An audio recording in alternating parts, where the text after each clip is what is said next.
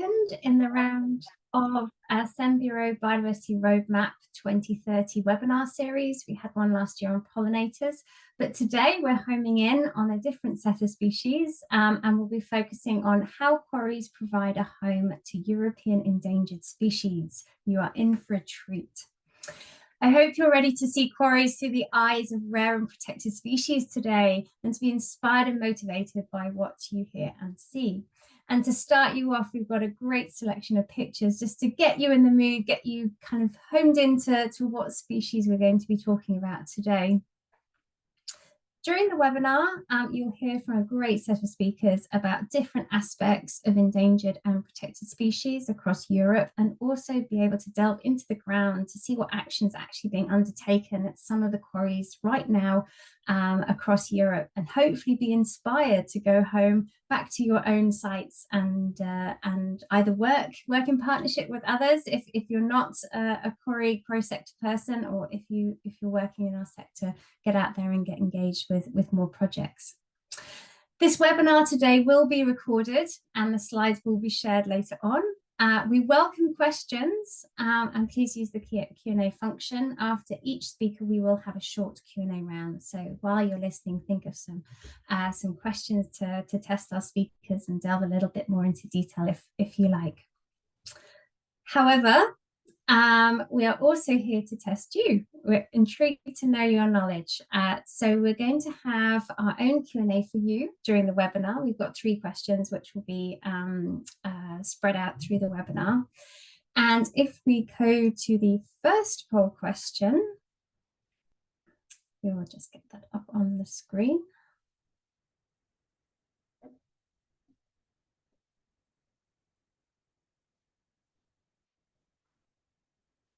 Hopefully we'll get the first question. There we go. Here we go. So what is the approximate share of species which has a good conservation status in Europe?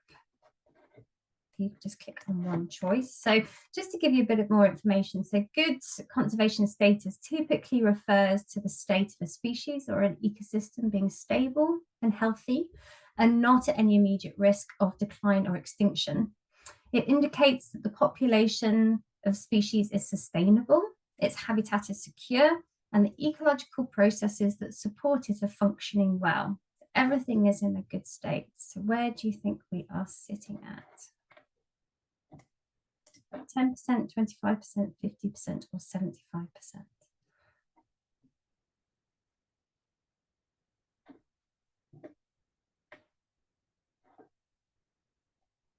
Okay, we'll just give you another minute.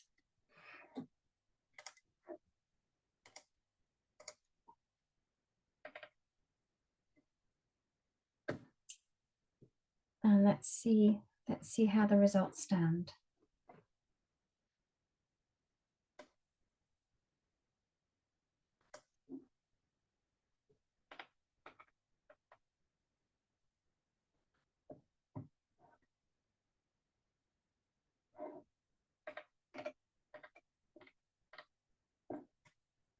We'll see how optimistic everyone thinks the state of nature is across Europe.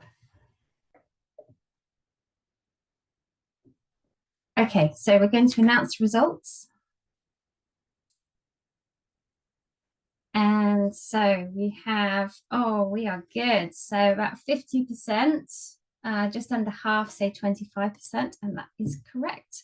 According to the European Environment Agency report of May 2024, only around 27% of assessed species have a good conservation status. So not the most cheery start to the webinar, but it shows that lots of action is needed across all walks of society if we're going to turn around species certainly in Europe, but also globally. So that also highlights the importance of the webinar today to show where work is happening and to encourage more work. Great, thank you. So to give some context to the background of this webinar and the work of CEMBUREAU Roadmap, I'm really happy to introduce Alexandra Silva.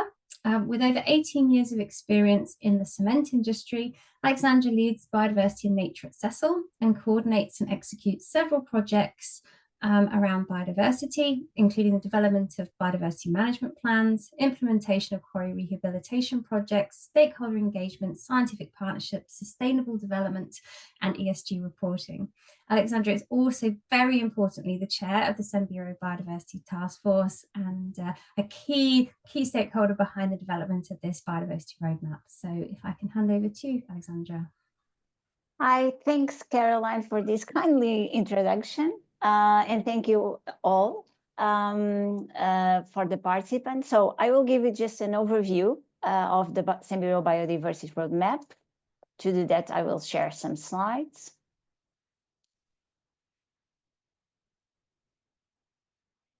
So just to check if you are seeing the slides. Yes? Yes, we are. Thank you. Oh, thanks, Cass. So, as I said, I'm here just to give you an overview of the biodiversity roadmap. This roadmap was officially launched in June of 2022. So we have almost 2 years of implementation of this roadmap. So when CEMBUREAU published this roadmap, one of the goals was to share our vision for biodiversity in the cement sector for the coming years. So this roadmap outlines actions and targets until 2030, and it's divided or grouped in 4 focus areas. But most important, and this is, for me, it's very important, the roadmap is also a tool to help guide companies within the cement sector to manage biodiversity and, of course, inspire collaboration between the cement sector and other stakeholders. Stakeholders that's, for example, nature conservation associations, regulators, academia, and, of course, political institutions. So with this roadmap, the cement sector wants to contribute to the goal of nature positive. And how can you do that? We can do that by enhancing the ecological values of our quarry sites, protecting and restoring ecosystems, and of course, deliver a sustainable growth. This is our vision when we design the roadmap. This is our vision for the future for the cement sector. So the scope of this roadmap focuses on limestone quarries. These are the raw materials for the production of cement. However, we encourage companies to extend the application of these actions and targets to other extractive sectors. So it's up to each company to decide whether to extend the scope of this roadmap, for example, including the aggregate quarries. So just to give you an overview how the document of the roadmap is structured. So we have the roadmap divided in 4 focus areas. For each focus area, we have a small introduction, also a vision where we share what we want to achieve in each focus area. Of course, the actions and targets that we have until 2030, and to monitoring the implementation of the roadmap, we also define some KPIs to help measuring the implementation of the roadmap. So this is what you will see in the roadmap document. So as I said, the roadmap outlines actions and targets divided in 4 groups of focus areas. These focus areas are ecosystem rehabilitation and ecosystem service. The second dedicated to the European pollinator initiatives, where Cass already said that we had a webinar last year. The invasive species, and here we only focus on plants. We didn't include here the fauna communities. And the last one, of course, dedicated to this webinar, the focus area dedicated to protective species. So this is the 4 focus areas within our biodiversity roadmap. We also identify, as I said, a set of indicators in order to monitoring the implementation of the roadmap. I will not describe all of them. I think there are 11 KPIs because we will not have time. But just to point out that for each target, for each focus area, you have 1 or more KPIs to measure the progress of the roadmap. So since we launched the roadmap in 2022, this was during the European Green Week, CEMBUREAU, together with the task force, we have been doing several communication actions. In 2023, we did, I think it was internal, because we are doing internal webinars for our members and also external, like this one, for all stakeholders. We did a webinar on temporary nature. It was an internal, as I said, and with several case studies from the cement industry that demonstrates the importance of the temporary nature or temporary habit in our sites. Last year, we had an important webinar dedicated to an important group of species, that is pollinators. And this webinar brought together key stakeholders from the European Commissions, also academia, and of course, the cement industry. It was very interesting because we were able to discuss how the sector is not only mitigation the pollinators' decline, but also active contribution to their resurgence across Europe and, of course, especially in our sites. We also did a podcast. So CEMBUREAU have been promoted several podcasts in different subjects within the cement sector. We did one dedicated to the biodiversity roadmap. And here we are in November with this webinar dedicated to the European endangered species and how Quarries can provide a home to this group of species.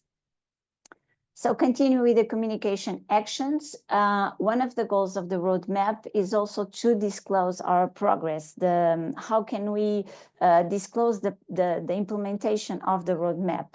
And we can do this throughout the KPIs that we included in the roadmap. So this year we published a brochure. This brochure presents the main results of the CEMBUREAU Biodiversity Roadmap. It also has several case studies that demonstrate the contribution of our members, the cement sector, in each focus area. So after the webinar, if you have a little time, I invite you to click in the link and explore the brochure, the KPIs, the results, and of course, as well as the case studies, a big contribution from the cement sector. So just an overview of the results, they are published in the brochure. Within the focus area 1, ecosystem rehabilitation and ecosystem service, we have 2 KPIs dedicated to the quarry area restored and also to the type of rehabilitation carried out in our sites. And together, within our CEMBUREAU members, we have rehabilitated around 650 hectares.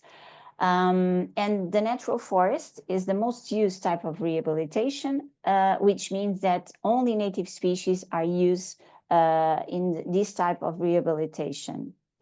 Regarding to the pollinators initiative, our other focus area, our members reported 365 pollinators in our sites and surroundings, and moths and butterflies were the more representative groups reported. Regarding the focus area protected species dedicated this webinar, members reported under the birds and habitat directives around 150 protected species.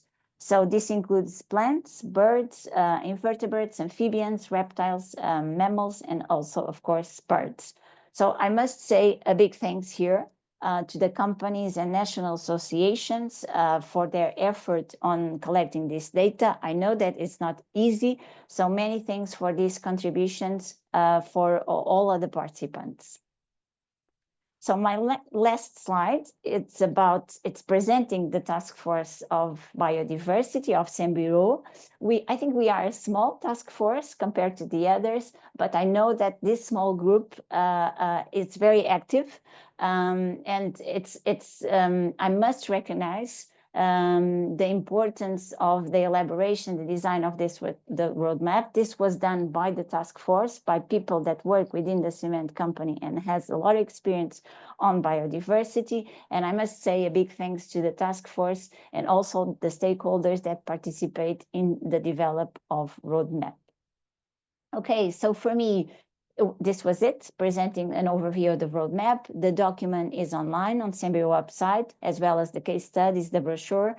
So I invite you, all of you, to see the information that we have dedicated to this roadmap. So Cass, I will pass the floor to you. Thank you very much, Sandra. I think you'll all agree it's really quite unique for a sector to have such a dedicated roadmap. And I think it's something that we're all very, very proud of. It's a small task force, but it's a powerful one. So thank you, Alexandra, for setting the Thank you, context for Cass. the webinar. So now we're going to move on to kind of the policy background in Europe around many of these endangered species, which of course find themselves protected given their population decline. So I would like to now introduce you to Przemysław Aginski, who's the policy officer at the European Commission. He works in the Nature Conservation Unit at DG Environment. He is the graduate of the University of Lodz and the College of Europe. And prior to working for the European Commission, he worked for the Polish administration in the field of environment protection and the EU regional and cohesion funds.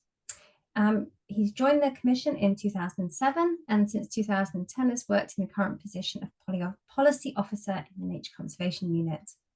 Przemysław will talk about species protection and extractive activities in the context of EU nature legislation, which I think this year we all agree has got a little bit more exciting with the nature restoration law. So if I can hand over to you, Przemysław, and ask you to show your screen. Thank you. Thank you very much, Caroline. So I will ask the hosts of the webinar, yes, to share my slides.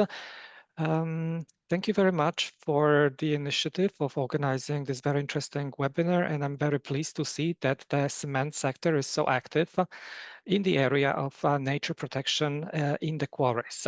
So as it was said, I will present a little bit of a policy and legislation context as regards EU nature protection and the quarrying extractive activities. Next slide, please. So as Caroline has already mentioned, the EU regularly surveys the conservation status of the habitats and species. And unfortunately, as we all know, this picture is rather bleak with only 15% of the habitats and approximately 1/4 of non-bird species being in a favorable conservation status. So there is a lot of work for us to do. Next slide, please. Since already more than 40 years, the EU has been trying to work towards improving the conservation status of many species, and it dates back at least to 1979 when the Birds Directive was first adopted. And since 1992, we also have in place the Habitats Directive, which altogether serve as a legal framework for the protection of the biodiversity in the EU, at least until recently. As Caroline has mentioned, we also have now the restoration regulation, but I will talk about it a little bit later. So the next slide, please. These two pieces of legislation, the Birds and Habitats Directive, as you probably are very well aware of, are the backbone of our protection system, and one of the biggest achievements under these two pieces of legislation is creation of a Natura 2000 network of protected areas across the continent, which now hosts more than 27,000 sites, which account for more than 700,000 square kilometers of terrestrial coverage, which amounts to approximately 18% of our territory. So this is already a big achievement, but there is still quite a lot of work to do. The next slide, please. Under the Natura 2000 network, we protect more than 230 habitats, around 500 bird species, over 1,000 species which are non-bird. And of course, many of these species that was already mentioned, they find refuge in the extractive sites, in quarries.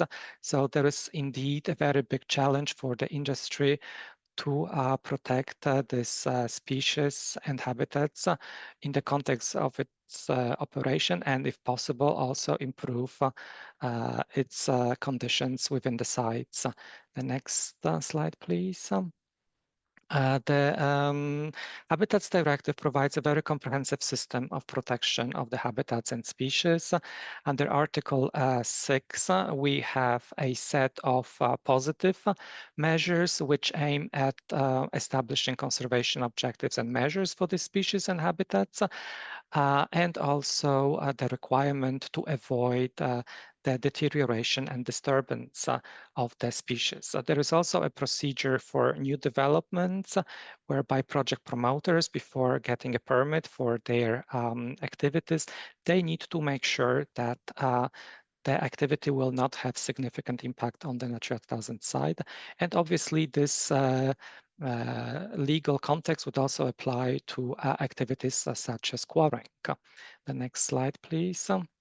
And specifically as regards permitting procedure, which should also make sure that any species present within the sites where the quarrying activity takes place is properly assessed. And here we have quite a well-developed procedure where impact assessment has to be carried out, and the project can only be approved if it's confirmed that it won't have significant impact. In some cases, there is also a possibility for a project being approved on the basis of compensation, but I guess it doesn't so much apply to the quarrying activities. The next slide, please. And of course, when it comes to the new projects permitted under the Habitats Directive, we would expect that they will comply with the mitigation hierarchy of measures. So any project, including quarries, is expected to make sure that, first of all, they avoid causing impact. If nevertheless some impact is unavoidable, it should be minimized as much as possible.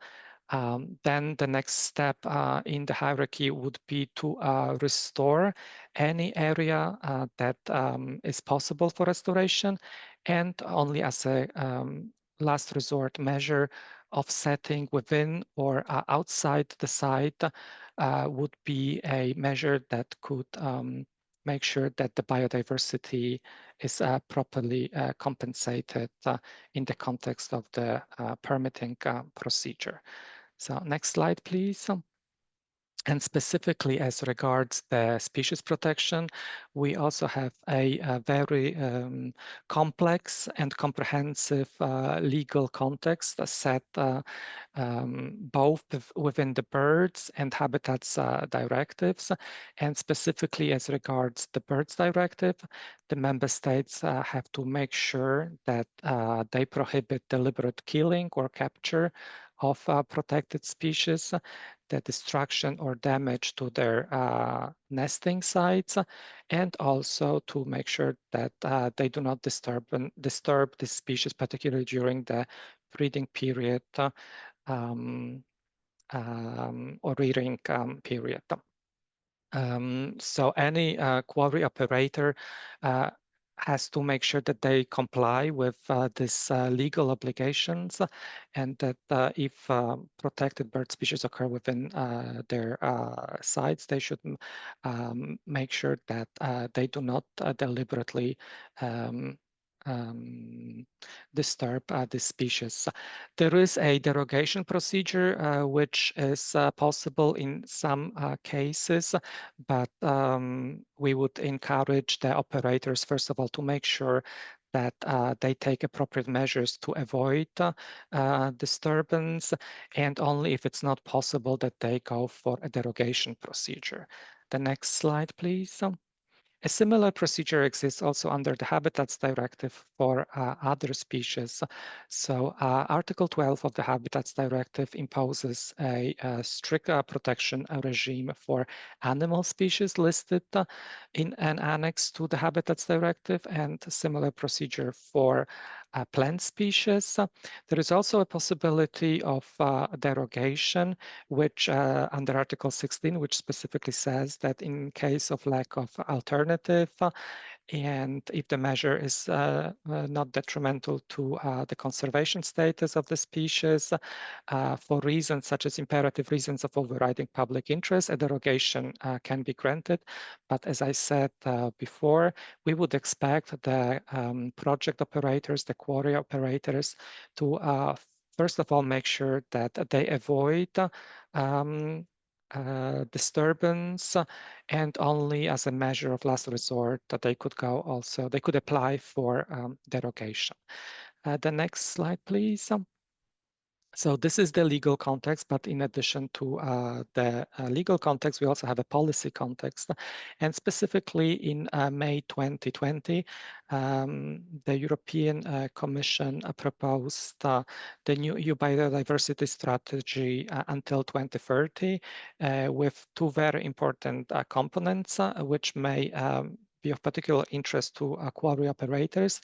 That is the objectives to improve the protection of nature and restoration of nature. The next slide, please. And specifically as regards the protection of nature, the EU committed to legally protect 30% of our land territory and also of our seas. Many of the quarry sites could obviously be part of implementation of this objective. And under this 30%, 1/3, so 10% of the territory should be under the strict protection, including old growth forest, which is maybe not so relevant for the quarry sector, but nevertheless, the quarries, particularly the ones that have not been exploited anymore, could definitely contribute to also strict protection of some species. And we also have an objective of improving the conservation status of at least 30% of species and habitats. The next slide, please.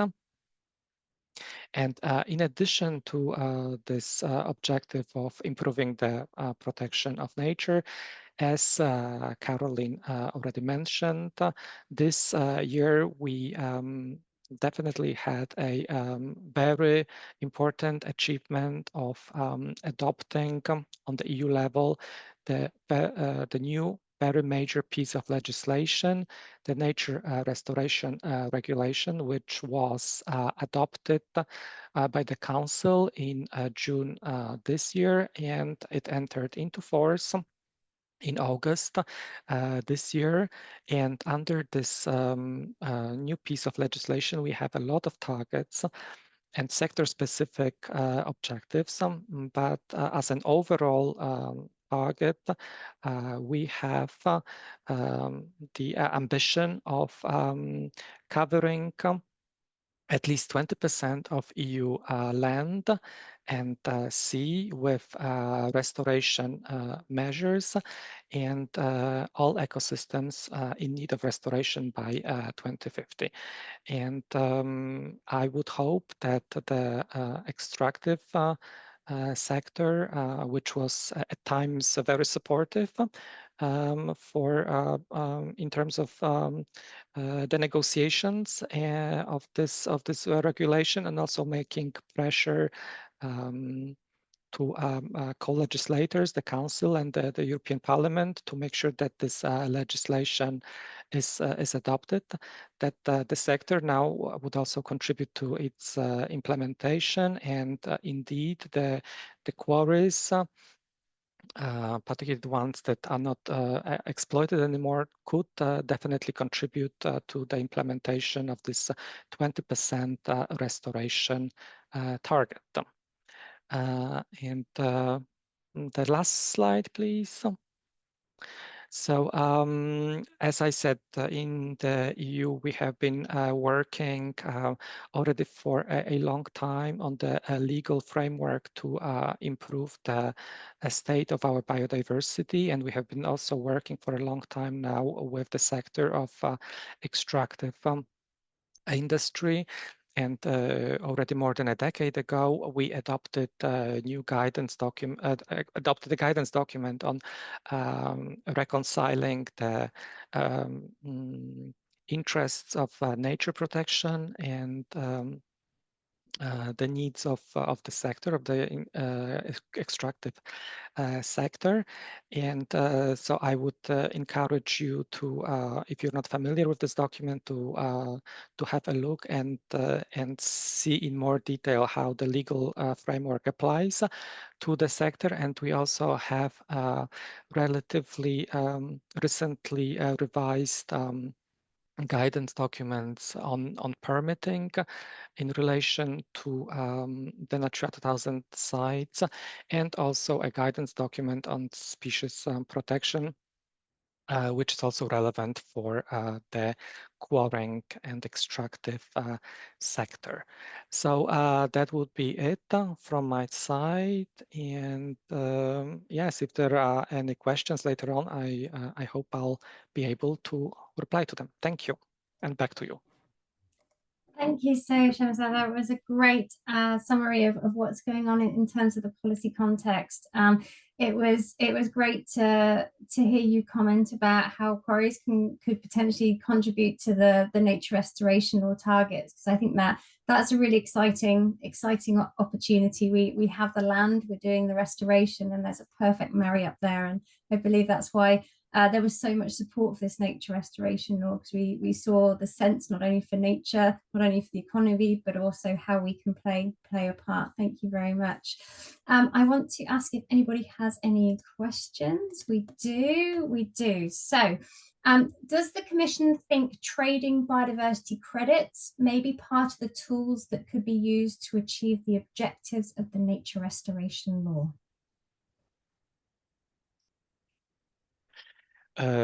Yes, so definitely the biodiversity credits is something that is getting more and more traction, because we are increasingly aware that biodiversity funding cannot only rely on public funding. We would expect also a bigger contribution of the private sector.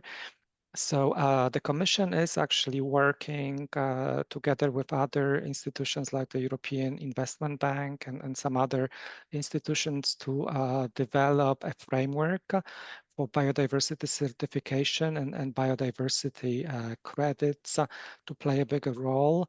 Obviously, that would have to be something that complements the existing legal framework, that does not replace the obligations under the Habitats Directive, for example. But it can definitely have a positive role for the sector to positively contribute to biodiversity offsetting and biodiversity gains. But as I said, we still have to develop the methodology of how this could really be applied, because we also definitely want to avoid the greenwashing of any interventions. So thank you. Thank you, and I think that was certainly one little step forward at the COP a couple of weeks ago with the launch of the framework around credits. I think that's a good step forward, but certainly we have a lot to learn from the carbon world, and that will hopefully get everything going in the right direction for biodiversity. Does anyone have any further questions? Do please pop them in the Q&A. We can also pick some more up later. Otherwise, I just wanted to say it was very nice to see the picture of the ground squirrel in your presentation. That we have ground squirrel on one of our CRH quarries, and I love that species. So it was nice to see that. Thank you very much. Right, we're back to questioning the audience. So we have our second poll. In Alessandra's presentation, she mentioned tracking progress. When you have a roadmap, it is really important to track the progress. Otherwise, it is just a piece of paper. We need to show progress. So we were exciting to launch the first progress report last June. And this question is very much around that. So see how well you were listening earlier. How many protected species were recorded during the 2021 CEMBUREAU's data collection? Options are 10, 50, 100, or 500.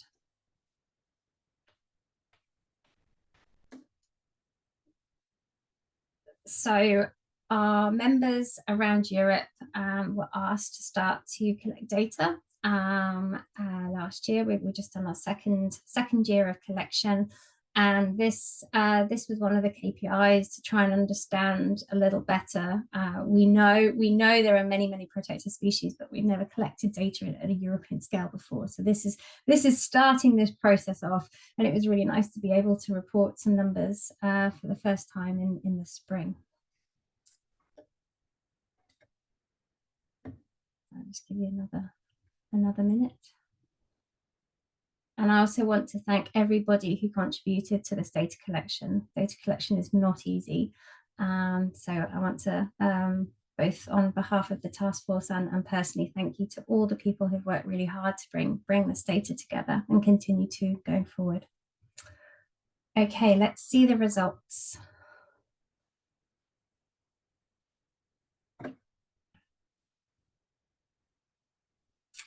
Okay, so we have, again, 50% saying 100, and that is correct. We had 105. I think, Shamasav, you said that there are 1,500 that are protected under the birds and habitat. So we have a long way to go. But as I said, we've just started this collection, so we're really excited to see how this number will grow. But it shows already how important quarries are in protecting such a wide range of species, covering at a very minimum 105 so far.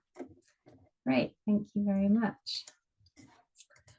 Okay, so now I'm really excited to go on to the next part of the agenda. So we hear about red lists. You have global red lists, you have regional, you have country red lists, and it can be a bit confusing navigating the red list journey. So I'm really happy to introduce Florence Curet, who's the Senior Manager for Business and Nature from the International Union for Conservation of Nature, IUCN. Florence joined IUCN in 2018 after a 20-year career in the consumer goods sector, so she knows business well. Since September 2023, as part of the Business and Nature team, she's been managing a portfolio of collaborative projects with global companies in the metals and mining, wood and paper, chemicals and construction materials sector. Nice wide range. Each project leverages IUCN's data and knowledge tools to deliver positive outcomes for nature and inspire transformative change at sector level. So Florence brings a wealth of knowledge to us, and I'm really excited to hear her presentation. So over to you. Thank you, Florence. Thank you so much, Karin, for the introduction, the excellent pitch. Let me share my screen. Very nice to be with you today to give you an introduction of the red list. Before getting into the red list, maybe just a word of introduction, if I can change my slide now. Interesting. If I can move. Yes. Okay, so the International Union for the Conservation of Nature works mostly at the policy and science interface. So we usually provide recommendations to policymakers, to companies, to preserve biodiversity. This is what we do essentially. And to do that, we collect and we develop and we provide the science, knowledge, and tools that enable people and nature to strive together. So what you can see on this slide, and I won't give a presentation of each of the tools because then I could just basically use the whole time of this webinar. But essentially, we develop standards like the nature-based solution standards, for instance. We develop data and tools in which you can find, again, this data. So typically the information for the red list is reused in the star metric, which is itself available in the IBAT tool, which is the tool that is available to companies for commercial purposes. So basically, this is a bit how it works. And in 2024, the IUCN Red List of Threatened Species celebrated its 60th anniversary, so it's quite something. The Red List, the global Red List, is the world's most comprehensive information source for the extinction risk of species, and we also call it the barometer of life for that reason. Today, it gives you, you can, for 160,000 species, you can have access to the type of information that you can see on the screen for this nice Romanian hamster. Where you can you can download information regarding the range of the animal, the population size and trends, its habitat and ecology, the use or trade, the threats, the conservation action. All of this is available freely on the Red List website.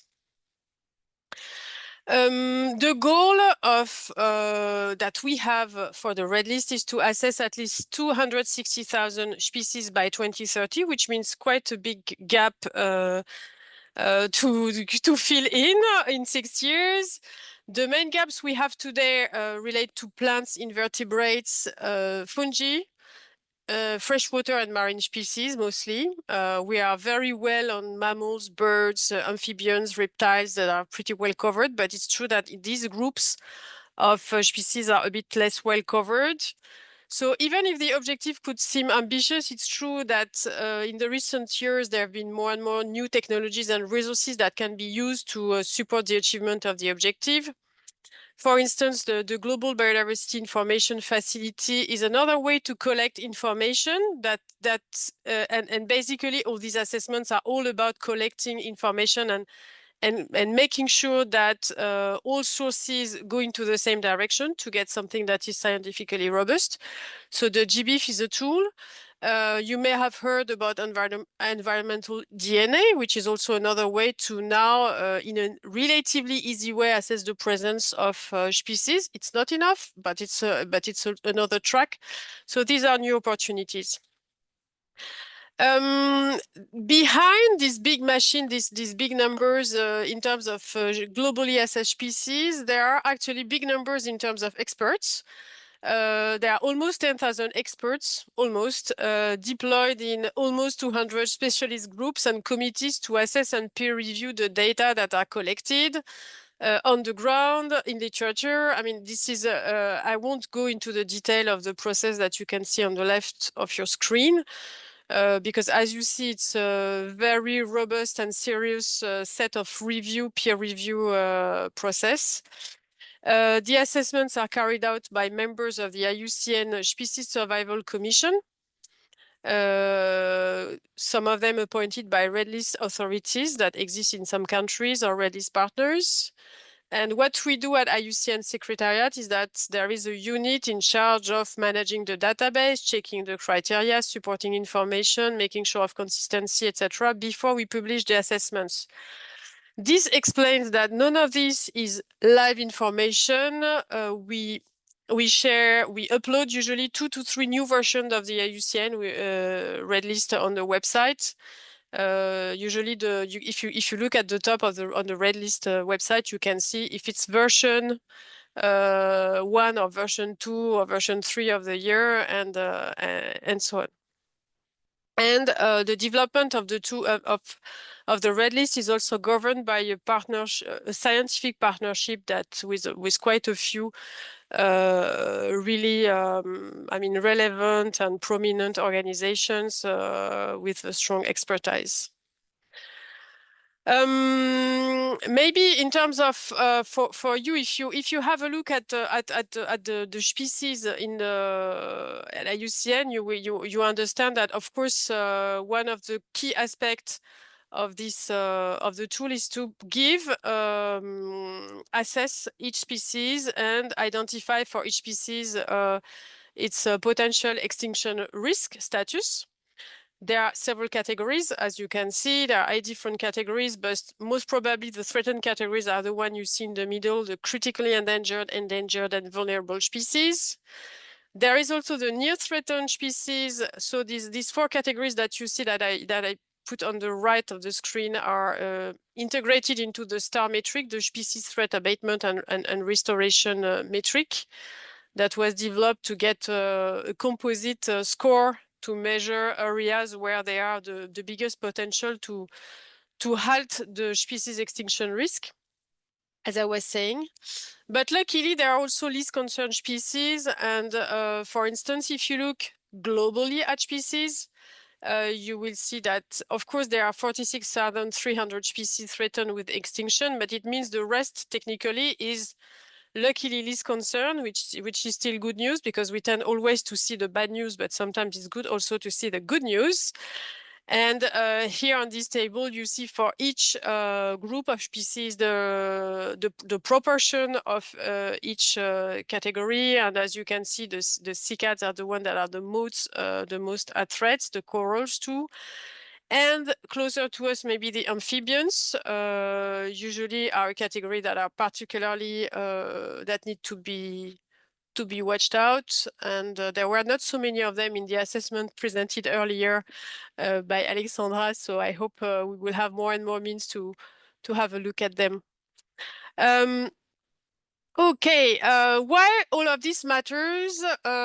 It's a useful data because it can not only can you use this data for yourself if you want to know about species, but we can draw a red list index based on all this data, and they are used typically as a reference for policymakers. The red list index is used to measure progress towards the achievement of Goal 15 of the SDGs. It informs policies and convention. It's used by the Intergovernmental Science Policy Platform on Biodiversity and Ecosystem Services, etc., etc. So it's a reference indicator used by everybody, and it is built again on the red list of certain species. That said, this was about the global red list, but as Caroline was saying, there is more than that in the red list. There is also a European red list, which includes 10,000 species. So what's the difference? Essentially, it means that you change the view, the perspective on which you analyze the species. You consider only Europe as the scope. And based on the European territory, you identify the species that are threatened at the European level. So it's useful to inform some conservation action at regional level, in that case, in the European level. And the same is true for national red lists. Some of them exist for historical reasons. Sometimes the methodology of the national red list can also be a little bit different from the global red list, but more and more the scientific community is trying to have these rules, to make these rules converge. And just to explain the potential difference you can have if you have a look at the global or the regional perspective, typically for this horn grip that you see on the right. At Europe level, this grub is considered as near threatened, because in the area in Europe, it has a very large range. It's present in a very large space, actually, which protects him from threats. So even if the population is decreasing, the decline is not believed to be sufficiently rapid to approach the thresholds for vulnerable. But at global level, it underwent such a big decline, a fast decline in North America, where which is also part of its habitat, that it has become vulnerable. So there are so many criteria that are taken into account to define the status of a species, that also depending on which perspective you take, global, regional, national, you can have completely different status. So it's very useful to consider the complementarity of the views.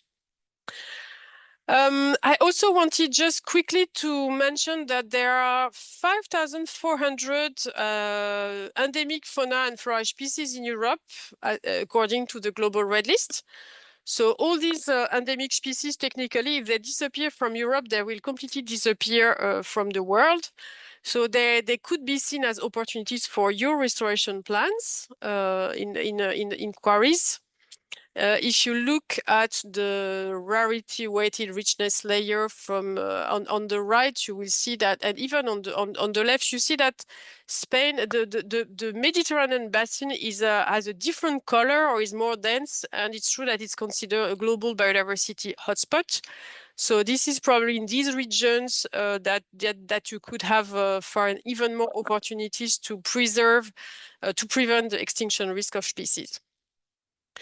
A final word, I will go very quickly on that. The union meets in Congress every 4 years, and we develop resolutions that will influence our policy making type of work.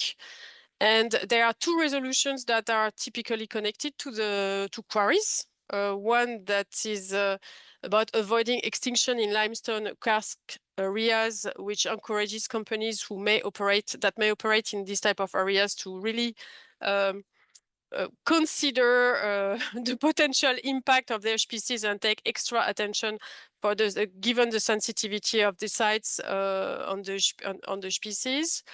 And the other one is about the conservation of the natural diversity and natural heritage in mining environments, which it is so with this idea that sometimes it's not needed to have a quarry disappear when we make it restore. I mean, sometimes it's better to use the feature created by this by the quarry, and even for geological reason, it could be very interesting for educational, cultural, or scientific purposes. So just for you to be aware that we have this type of framework at IUCN. We do work also at the moment. We have a partnership with Holcim, so I wanted to share with you an example of best practice. You will hear more of them later with the other participants. But for instance, there is an old limestone quarry called La Chanta, which restoration ended in 2020, and it's been included in 2023 in the catalog of reservoirs and wetlands of the community of Madrid because of its exemplary execution of the restoration. So if you are curious, later on you'll have the time to have a look at a very nice video about the innovative restoration in La Chanta. And for now, what I propose is to leave you with an image of cliff nesting birds. I'm sorry you won't have any music, but at least some nice image to finish with. Thank you.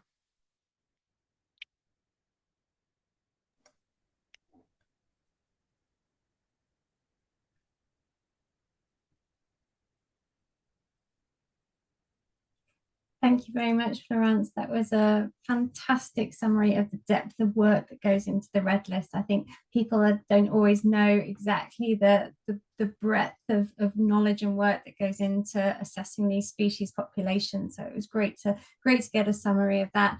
And a good call out for amphibians as well. I think wetlands in some form and another is probably one of the most common habitat types that we find in quarries, and certainly one of the species group that many actions take place. So that's a good call out to us as a sector to do more, and not only across Europe, but those on the line that are working across the world. You know, we have a good opportunity to really support this group of species. I just want to shout out that there are a couple of questions that came in also around the policy background. So thank you very much to Shemsav for answering that. So please go and have a look at the Q&A in the answered section. You will see his answers to those questions. Florence, I've got one question for you. Have you seen an impact from climate change on species movement or increased risk to extinction?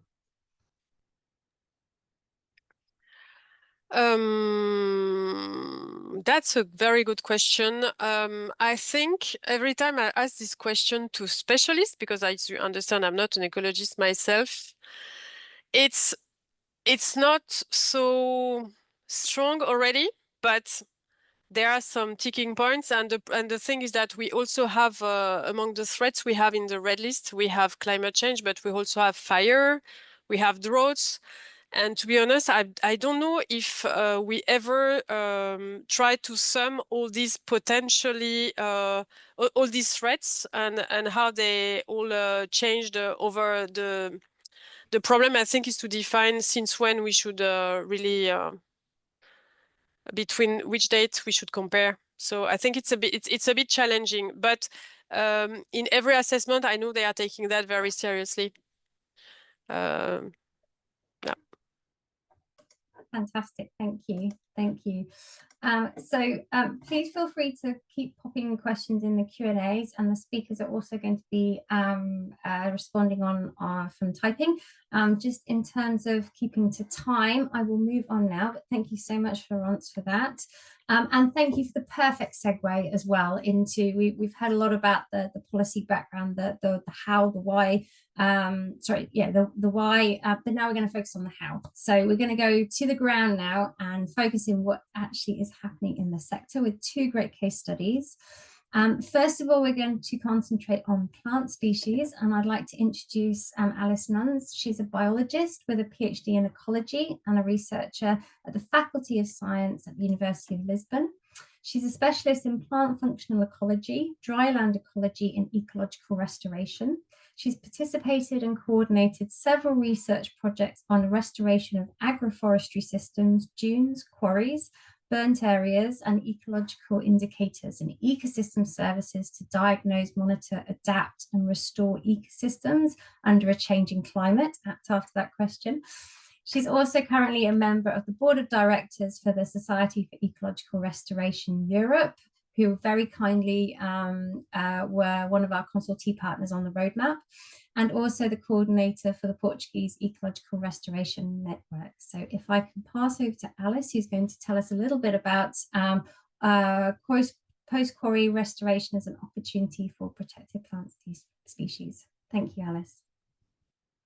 Thank you so much, Caroline. And by the way, I take the opportunity to thank you for the, sorry, I'm just trying to share my screen. Is that okay? That's great, thank you. Okay.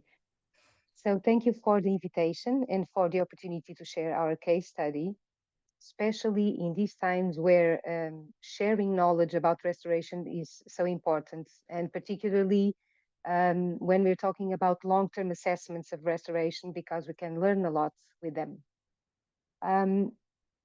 So just the context was already set in the previous presentation, so I'll go quickly through these brief introductions. So we're facing unprecedented levels of ecosystem degradation, which have not only ecological but also socioeconomic consequences and negatively impacts on all the sustainable development goals.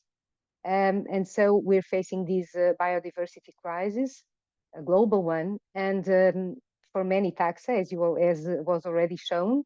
And in the case of plants, despite their importance in providing many ecosystem services like oxygen, food, shelter, and so on, recent estimates suggest that 2 in 5 plant species are threatened with extinction in this work from 2020. Therefore, we've been also witnessing several policy initiatives to deal with this urgent issue. We had the UN Decade on Ecosystem Restoration. We're having, actually, because we're almost in the middle of it. And at the European level, the European Green Deal, which also has a key objective of preserving and restoring ecosystems and biodiversity. The 2030 Biodiversity strategy that was already mentioned, and more recently, the Nature Restoration Law. And I would like to emphasize that the concept of restoration that is used in all of these initiatives is a broad concept. For instance, in the Nature Restoration Law, we're talking about restoring, ecologically restoring some habitats from the Habitats Directive, But we're also talking about, for instance, promoting biodiversity in agroecosystems or in forests. And so we have here restoration with different objectives and also different ambitions. And we should take that into consideration as well. Of course, the type of restoration interventions depend not only on these objectives and this ambition, but also on the degree of degradation that we're facing when we're trying to restore a site. And in the case of quarries and mines, which is the example that brings us here, in many cases we have to start by the physical chemical modification, followed by the biological recovery and management. And just to set the context to Portugal, because this case study is from Portugal. So as you can see in the left, we have many mineral occurrences along the country, and we have linked to that several mining concessions. And so we have many quarries and mines in need of restoration. And the example I bring here today is a limestone quarry in the site Cécile town. It is located more or less 50 kilometers away from Lisbon, the capital. And actually, this quarry started the exploitation before this area was classified as a natural park. So the quarry is surrounded by the Habitat Natural Park, which is dominated by this vegetation that you see on the right, which is a Mediterranean maquis. And so in this case, the reference system is to try to restore as much as possible this type of vegetation. Restoration in these quarry sites of Cécile town started in the 80s, in 1983, to be more precise. And it has been going on following different strategies. So on one hand, there was the plantation of woody species in horizontal platforms.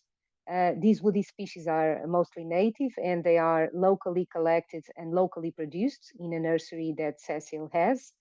But also to try to control the erosion, mostly in slopes. There is also the application of different seed mixtures through hydroseeding, as you can see here in the upper right picture. And the fact that it is been going on for so long creates a kind of a chronosequence of different restoration areas that have a different age. And this is very interesting for the ecology of restoration and from the scientific point of view to learn with what we do and adapt the measures that are implemented. Just to show you that the quarry area has about 100 hectares and the area under restoration is more or less 45 hectares. And so, as I told you, restoration started in 1983. And since then, we as a research team from the Faculty of Science of the University of Lisbon have been collaborating with Cécile, doing several restoration trials with different objectives. For instance, testing soil amendments to improve soil quality, or testing strategies to improve the establishment of the planted species in restoration, and also testing different seed mixtures of native species to be used in hydroseeding. And following these assessments over time, we recently done a comprehensive survey over the quarry area. You can see in the red dots, but also in natural reference sites that you can see in green. And we were mostly focused on the vegetation and soil characteristics. And when we look at the plant communities, we are not just interested in knowing how many species and their abundance. We're not only interested in taxonomic diversity, but also in the characteristics of those species, because these functional characteristics actually provides us a link to ecosystem functioning and also to the ability to provide several ecosystem services. And besides that, they are also fundamental for the resilience of these restored ecosystems. For instance, this study area, it is in a dry subhumid area, so it faces some water limitations for plants and for the other organisms as well. And besides that, so the species have to be drought resilient. And besides that, this is also a highly fire-prone area. Actually, in 2014, there was a fire that affected part of the restored areas. And so we have to be sure that these communities are resilient to fire as well. And so now I'll show you some brief results to finally get to the protected species we find in these places. So here in this graph, we see the similarity in species composition of the restored sites over time in relation to the natural reference vegetation. And as you can see, it is improving over time, this similarity with natural reference, but is still far from the reference. So that tells us that these processes take a lot of time. And besides that, we also see a big variation among sites. And this is in part because of the different interventions that were made over time. For instance, in the older days, in the 80s, for instance, many Aleppo pine trees were introduced, allegedly as facilitative species. But nowadays, also because the extraction methods has changed a bit, it is more common to use hydroseeding of mostly herbaceous species to control slope erosion. And so this gives origin to different communities with different similarities regarding natural vegetation. And just to show you the overall pattern, what we can see here is that the places that are more similar with the natural reference, which are represented here in greenish colors, are the oldest ones, and at the same time, the ones that are closer to the natural vegetation. And this effect of time and of connectivity are both really important in these restoration projects. Here you can see the evolution of plant species richness over time. Well, there is a pattern of an increasing pattern over time with a tendency for stabilization after 22 years that we find both in plant species richness and also in plant cover, as you can see on the right. But another important thing is to take into consideration is if these species are reproducing, if they are naturally regenerating, originating new seedlings that give origin to new plants. And as you can see in this map, native species seedling density has been increasing over time, which is a good sign for the self-sustainability of the restored system. It is really important to consider this natural regeneration and the self-sustainability of the restoration areas. I would like to show you a detail about soil. I guess most of us are aware that soil is, well, takes a long time to recover. It's much more easy to damage than to recover. And we can see here in this map that, for instance, total organic carbon in soil has been increasing, but in a modest way over time. And in the graphs in the right, we have the reference system in green, highlighted in green, and you can see that both the organic matter and also environmental DNA. We did samples to analyze soil DNA, and just looking at the concentration of DNA, you can see that it is much higher in reference than in restored sites. So restoration really takes time, and we need to do our best to conserve as much as possible soil, and when it's not possible to restore it using the best available scientific knowledge. Finally, getting to the point or the main point of this presentation, which is in this case, during our surveys, we found 15 species, rare, endemic, localized, or threatened. You can see here the lists of species but some of them are endemic to Portugal or to the Iberian Peninsula. Some of them are usually associated with priority habitats that we've just heard about in the Habitats Directive. But we also have species with restricted distribution in the country, and also species protected by the CITES Convention. So you can see here, for instance, several examples of orchids that we find already in the restored areas, mostly in the older ones. But also these, for instance, these daffodil species from the habitat protected from the by the Habitat Directive as well. And I would like to show you two particular species, which are Portuguese endemisms that we find already in the restored areas of the quarry. So in these calcareous shallow substrates, we find this Arabis sadina, which is a Portuguese endemism, and also this Iberis procumbens. Sorry for the scientific names of the species, for those who are not so familiar with that. But this is a very good sign in several ways, and it may be seen also as an opportunity to try to recover the habitats where these species belong. We also recorded the position, the distribution of these species over the quarry. You can see that here in this picture, and we can conclude that these species occur mostly in the older restoration sites, and also closest to natural vegetation, but not only. You can see also some dots within the quarry.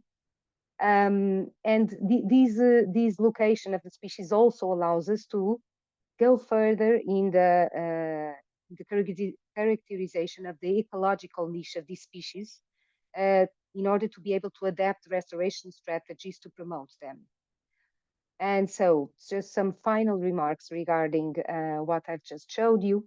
So these long-term assessments of restoration projects is really, really important because things take time, and because we're trying solutions that do not always work perfectly. And so we have to assess the successional trajectory to be able to identify limiting factors and improve them, but also to recommend adaptive management strategy along the process. So these post-quarrying restoration areas may provide an opportunity for protected species because they may offer suitable conditions for protected species. And I think this is particularly important when quarries are within areas that are, for instance, very eutrophicated or highly fragmented or highly disturbed. And so these quarries this restoration can provide a refuge for these species. Also, the spatial heterogeneity that exists in most quarries also gives us an opportunity because it provides several different habitats and maybe an opportunity for different species. And I would like to highlight in the end that it is very important to continue the research on the ecological niche of these species to be able to promote their natural regeneration whenever possible, providing connectivity with natural areas, but also their assisted propagation in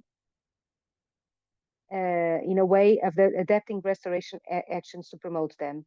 These can have conservational purposes, but also educational and cultural purposes. And so our next steps are going further in the ecological niche of these species, and also testing different propagation strategies in nursery, and also transferring species to promote their ecological niche, and so to promote their restoration. Thank you for your attention.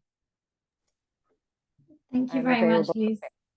That was a fantastic example of what's happening, and it's so great to see the results and some really exciting results. So thank you very much. We've got a number of questions coming in. We are getting very tight on time, but a specific one related to this example, which perhaps Alexandra might also want to come in on the answer, is around, sorry, taking away from the subject of plants to big mammals, but are there any paths for large mammals to be able to navigate in such a steep environment, assuming there are some native species that would certainly benefit from being able to at least cross, if not utilize, the quarry. Thanks, Cass. This was a question for Alice. Miss Alice is a partnership for plants and vegetation. Yes, we are studying the fauna communities. We have two big partnerships. One, a long-term partnership with the Faculty of Science at the University of Lisbon, I think since almost 2000, I think. And we also have another partnership with the University of Évora. We've been studying the fauna communities in the restoration areas and also in the surrounding areas. And yes, we have native species, carnivores and small mammals, and they use the quarries for shelter and food. And we have been comparing since 2007, not only the number of species, but also the type of species of mammal that exists, and also within the quarry and in the surrounding area. So it exists here in this quarry, a big relationship between the restoration and also the fauna communities, because restoration provides shelter and food to these fauna communities. Thank you. And one else that is very related. So considering your results and observations, would you favour natural regeneration and maintaining bare soils rather than continuing with sloping and associated hydroseeding? Well, a quick answer to that. The point of hydroseeding is to control the erosion as soon as possible after the build of the slopes. So it is not intended to stay there. The objective is that over time, these hydroseeded species start to disappear and give place to other native species from the surrounding. So we expect a succession to take place on those slopes.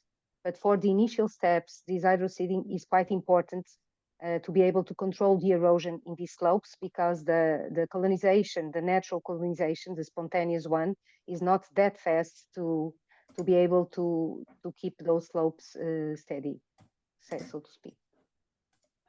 But in other areas, combining these active modes with spontaneous regeneration may be and is often a good solution. Great, thank you, Alice. If I can direct you towards the questions, I think there are a couple more that have come in. If you could type the answer, that would be very helpful. Thank you. Okay, we will now move on to our last case study, and we are moving to those large mammals, from small plants to large mammals. And I'd like to introduce Thomas Butzman, who's the project manager, quarry geologist at CEMEX, where he's worked since November 2011 in the Department of Reserves Management. His responsibilities include managing reserves, overseeing expansion areas, conducting echo sounding, and directing the renaturation efforts for CEMEX quarry operations. Thomas holds a degree in Earth Sciences from the University of Hanover and was a PhD student at the Helmholtz Center for Environmental Research in Leipzig from 2008 to 2011. So Thomas, if I can hand over to you to hear about these big mammals. You're on mute. Yeah. Thank you. Yeah, so hello everybody. You see the screen? Not yet. It's coming. There we go. Thank you. Yeah, okay, great. So first, I want to introduce my colleague. It's Friedrich Breyer. He will present the first slides of the presentation, and I will continue in detail with the water buffaloes at the Werra floodplain. Friedrich, please. Yeah, thank you very much, Thomas, for the warm introduction. Thank you, Caroline, for having us today. We are presenting, I think, in my opinion, a really good example for having a coexistence of raw material extraction and also nature conservation slash biodiversity. Next slide, please.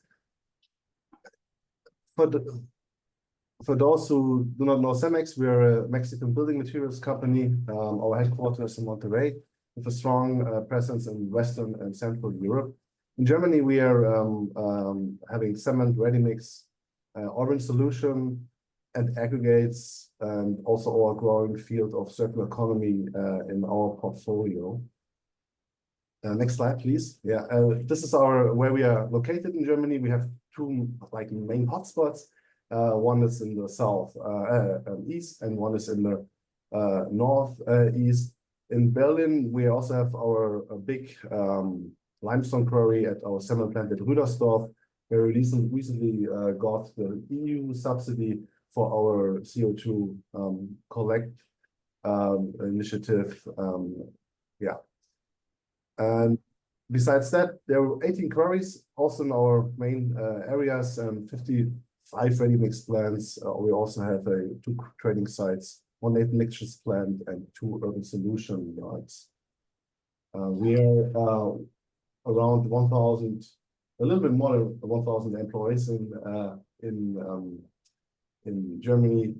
And with that having said, I would like to hand over to Thomas. Thank you, Friedrich. CEMEX is a global player in cement and aggregates, but we have also deal with the biodiversity and nature conservation at the sites. Sometimes they are permitted, and sometimes we are in a volunteer program. But we do not do it on our own. We have partners in the eastern part of Germany. We use the UVMB, this is the Association Mineral Buildings Material for the Industry. In the southern part, we have the LBV, the Association for Border Protection and Nature Conservation, and for Immelbrunn, or for one part we cooperate with the NABU, the Nature and Biodiversity Conservation Union. The NABU is one of the largest nature conservation organizations in Germany, dedicated to protect the nature and preserving biodiversity. So here we have the tables, but I think we should go to the next slide to see how it works in real life. So on the northern part, we have the Sand Martins here, the Sand Martin project. We have also the Little Turn at our plant in Rogitz. It's the first time since 6 years in Saxony-Anhalt that the Little Turn have a brood there.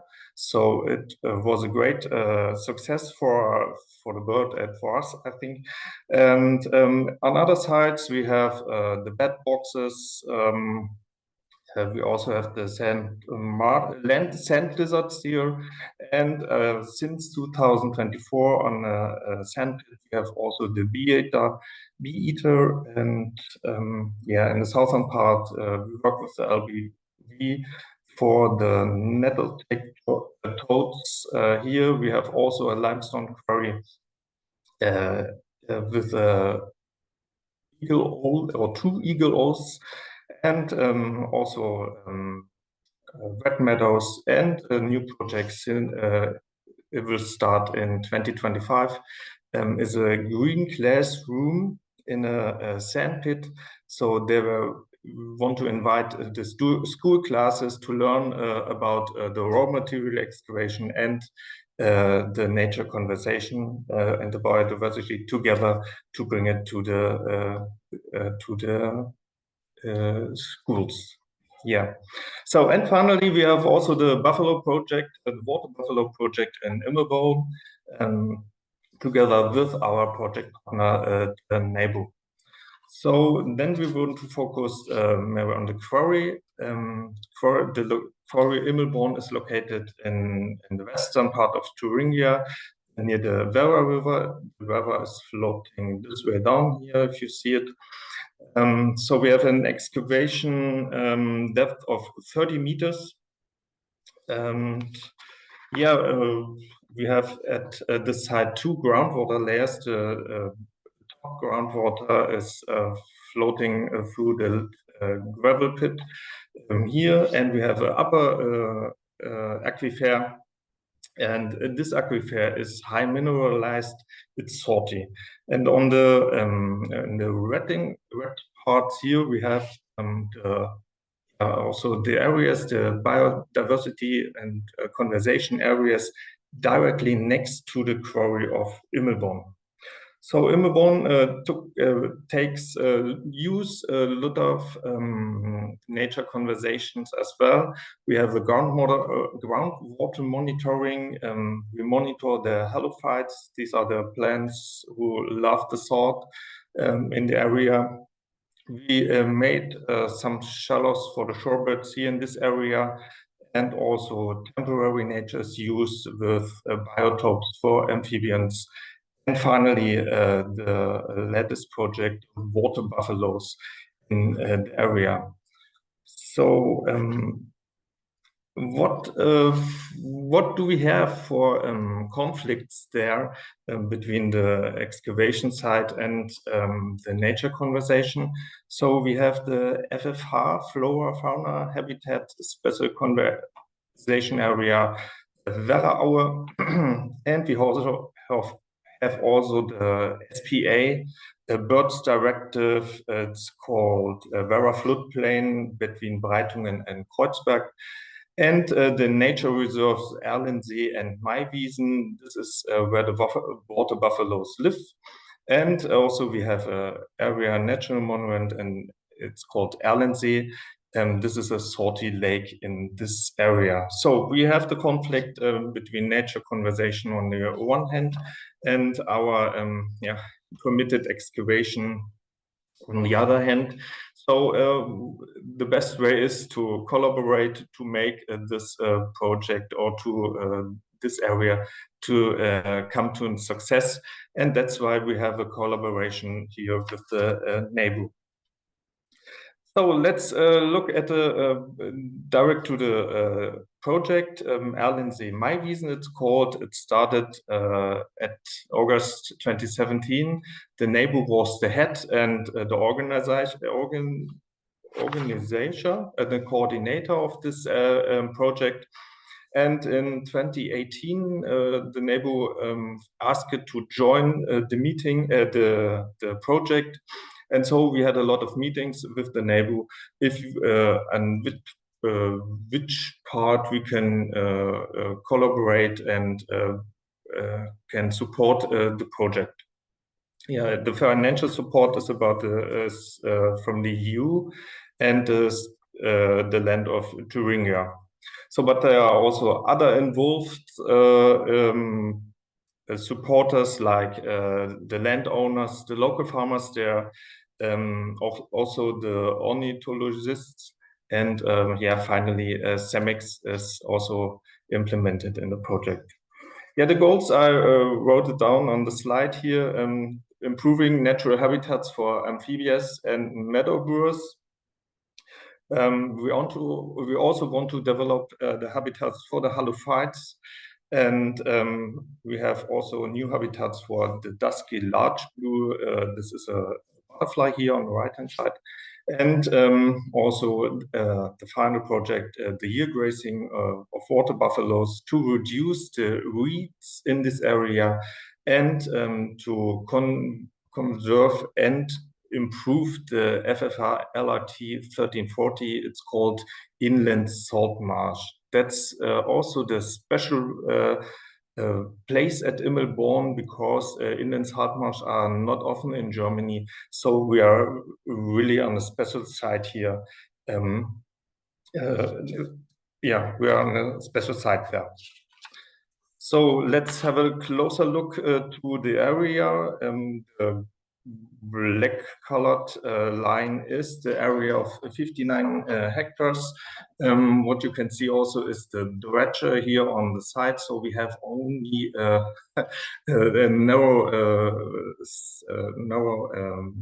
it's narrow between the excavation site and the nature conservation site. So we have settled on the site 18 male water buffaloes, only male water buffaloes, because we do not want the reproduction, because the neighbor said that 18 are the perfect number for the site due to due to, I have to look how to work it. No, I don't know that. As due to the stock rate on this area.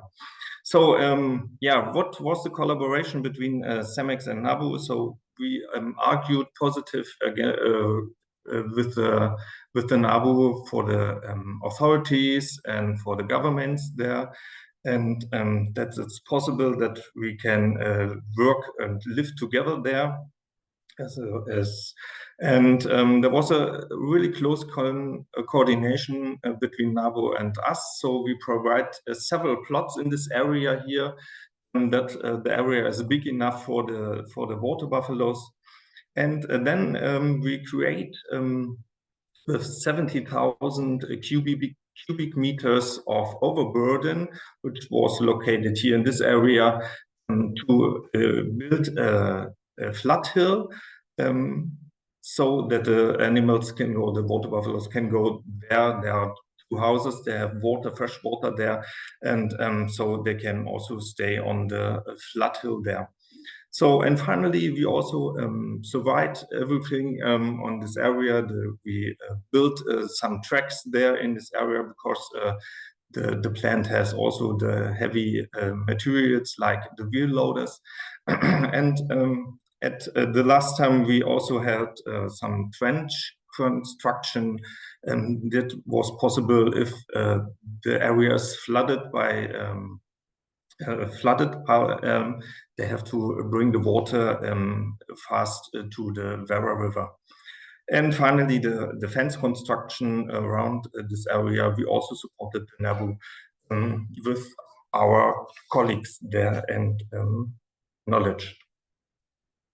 So here we have some pictures. The flood hill was great. Here, my colleague and I, we are surveying the tracks there, and here's also the NABU representative who joined the works. So it was a good collaboration. Yeah, and finally we had the big release for the buffaloes in December 22.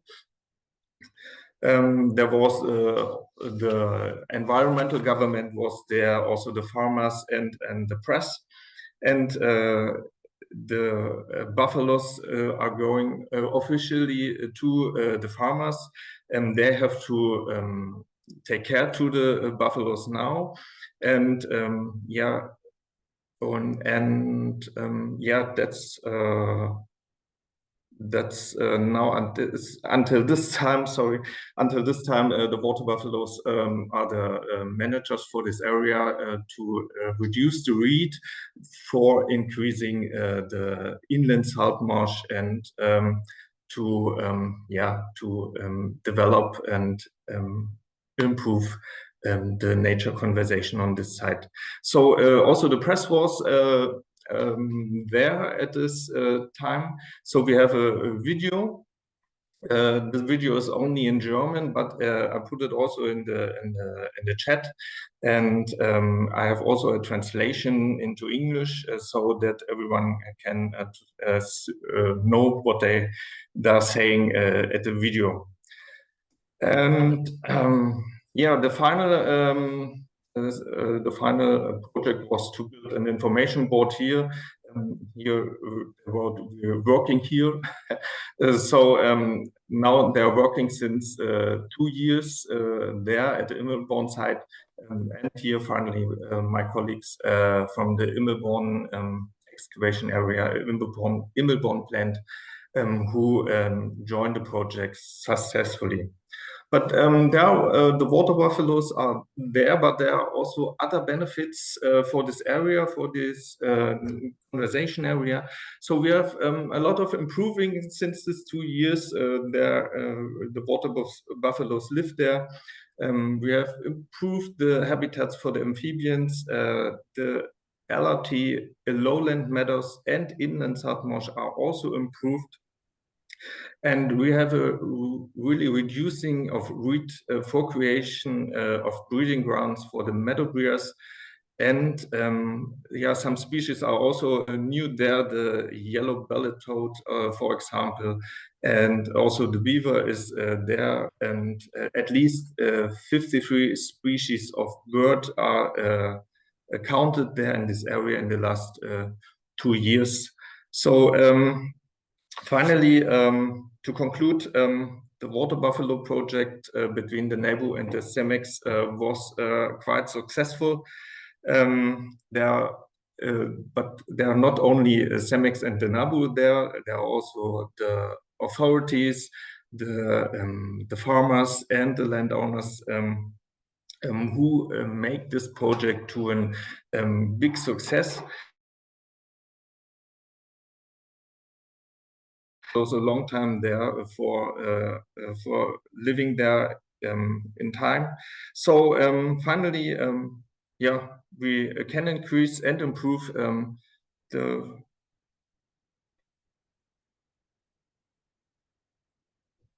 biodiversity in this region. So that concludes my presentation. And if you have any questions, you can ask or write it in the comments or contact me directly. Thank you so much, Thomas. That was really great. I think, you know, big mammals as grazing and the positive benefits that they can bring is fascinating, and thank you so much for sharing that. We are past time. I want to thank everybody for joining. If you can stay a couple more minutes, I'm just going to pass over to Nikos from CEMBUREAU for a few closing words. If you've got any questions for Thomas, you have 2 minutes to write it in the chat and maybe Thomas can answer. Otherwise, Nikos, over to you. Yes, thank you very much, Kaz. And yes, it has been a great afternoon, at least from my side, listening to all these nice presentations. I would say as main takeaways, I would take the collaboration and the sharing knowledge, collaboration with NGOs, with institutions like the IUCN, and with authorities as well, sharing knowledge for the great examples that we have seen today. And yeah, from my side also, we can take up the message by the European Commission to help with the implementation of the nature restoration law, which we have been very supportive as a sector. And I would like also to thank certainly the speakers on behalf of CEMBUREAU, and also the contributors from the cement plants and the quarry and the quarries, the contributors to the data collection, which allow us to have these results up to now for the biodiversity, to invite also more people from the sector to contribute to our data collection and to our work of the task force. And yeah, I will close with that, hoping that this webinar will inspire more people to follow similar examples. And thank you very much, guys, for the excellent moderation. Thank you, Nikos. Just remains me to say time certainly flies when you're talking protected species and quarries. So thank you again for joining. I will look forward, no doubt there'll be another webinar series at some point. So I look forward to seeing you all then. And now I lay down the challenge. Go back to your quarries and see what you can do. Have a good rest of the day. Thank you very much. Thank you very much.